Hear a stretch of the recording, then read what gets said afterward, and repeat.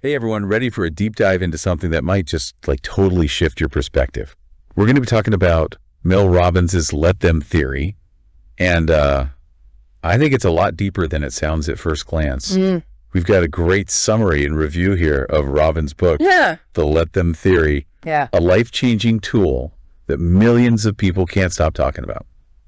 So we'll be unpacking the core concepts and like how it can apply to your life. And maybe even look at a few drawbacks. You know what's really interesting about this theory is that it kind of turns traditional self-help on its head. Okay. It's not really about, forcing change out there in the world, but more about like an internal shift. I'll bite because, let them.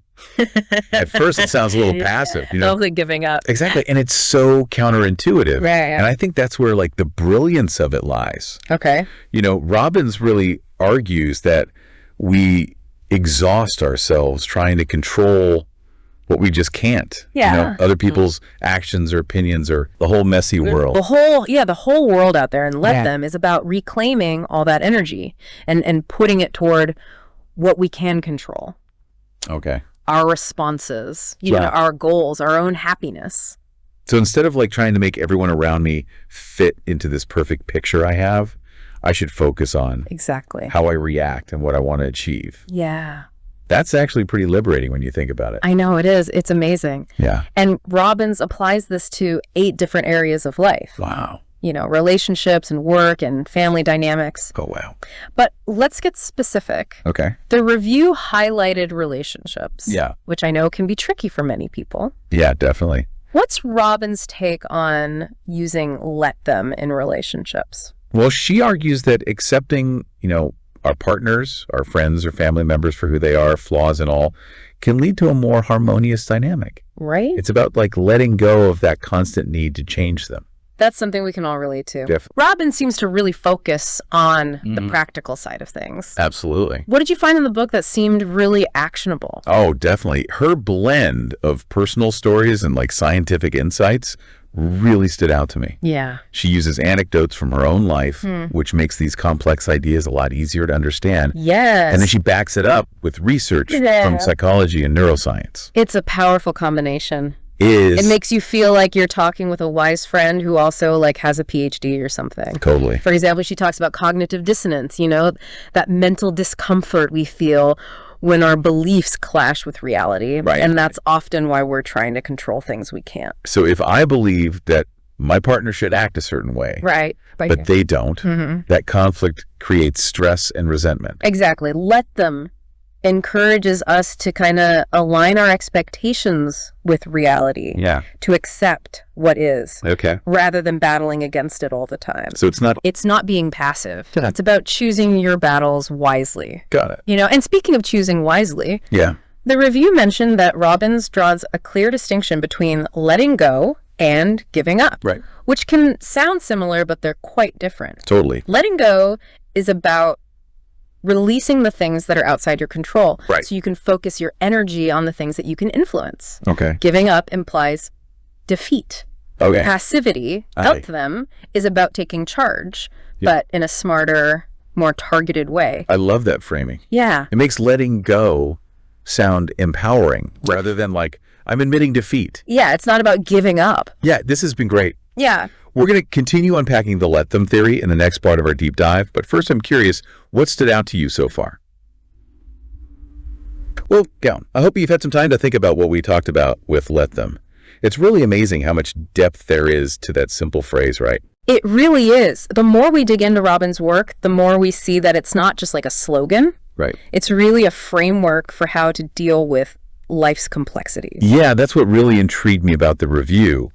It seemed like Robbins doesn't just like lay out the theory, she gives you concrete tools to use it. Oh, absolutely. What strategies stood out to you? One of the most powerful is figuring out what you're trying to control that's actually outside of your control. Okay. It takes some honest self-reflection, but it's so important. It's about recognizing those patterns where we try to force outcomes or, change people. Yes. Even when it's not working. Exactly. And once you've figured out those areas, Robbins suggests shifting your focus to the things you can control: your thoughts, your actions, your responses. So, for example, instead of obsessing over getting a promotion, right, you could focus on being awesome in your current role and showing off your skills. Yeah. It's like you're taking back control. Instead of waiting for external validation, you're taking ownership of your path. I love that. It's really empowering. Another strategy Robbins highlights is setting boundaries. Okay. That's super important in relationships, but it applies to so many areas of life. That makes sense because letting go doesn't mean being a pushover. Exactly. It's about knowing your limits and communicating them. Yes. I'm curious, what does Robbins say about setting boundaries effectively? Well, she says that boundaries aren't just about like saying no or pushing people away. Right. It's about honoring your own needs and respecting the needs of others. So finding that sweet spot between Yep. being assertive and being compassionate. Exactly. And remember, let them applies to everyone. Okay. Not just the people we think are difficult. Right. It's about respecting that everyone has their own choices and autonomy. Speaking of universal principles, the review mentioned that Robbins talks about the science behind let them. Oh, definitely. She doesn't just present this as like a feel-good philosophy. She backs it up with research from psychology and neuroscience. Oh, wow. For example, she talks about cognitive dissonance. Right. We talked about that earlier. It's that mental discomfort we feel when our beliefs clash with reality. Exactly. And Robbins explains that this is often at the heart of why we try to control things we can't. So if I believe I should be able to control my partner's every move, Yeah. but they keep doing things that frustrate me, Right. that creates conflict and tension. Yes. And that tension can lead to stress, anxiety, and resentment. Wow. Let them gives us a way to reduce that dissonance by accepting what is. So surrendering to the reality of the situation. Yes, even if it's not what we want. Okay. This also ties into another interesting concept. Robbins explores the brain's negativity bias. What's that? It's our tendency to focus on threats and negative experiences more than positive ones. So even when things are good, our brains zoom in on what's wrong or could go wrong. It's a survival mechanism. But Robbins argues that we can retrain our brains to focus on what's working and what we're grateful for. It's about shifting from scarcity to abundance. Exactly. And that shift can really impact our happiness. Yeah. Now, Let Them has a lot of great tools, but it's not a one-size-fits-all solution. Right. You have to know when it might not be the best approach. Exactly. For example, if you're in a harmful relationship, Yeah. simply letting them behave badly isn't going to work. Right. In those cases, you might need to set firm boundaries or get help. Yeah. Or even leave the situation. So let them isn't about being passive when someone is doing something wrong. It's about choosing when to let go and when to take a stand. It's about finding that balance between acceptance and action. Exactly. And sometimes the best thing you can do is walk away from what's not good for you. That's a great point. So as you keep learning about let them, think about this. What's one area of your life where letting go might help? What would that look like? Welcome back to the final part of our deep dive into the let them theory. I'm so curious, have you had any aha moments during all this? Oh yeah, for sure. It's really cool how simple the concept is, but there are just so many layers to it. Yeah. One thing that really strikes me is how relevant this is, right now. We're just bombarded with information and opinions. Yeah, it's so overwhelming. It's easy to feel like you're losing control, Totally. It's like we're always plugged in and on. Yeah, exactly. And Robbins seems to be offering a way to find peace in the chaos.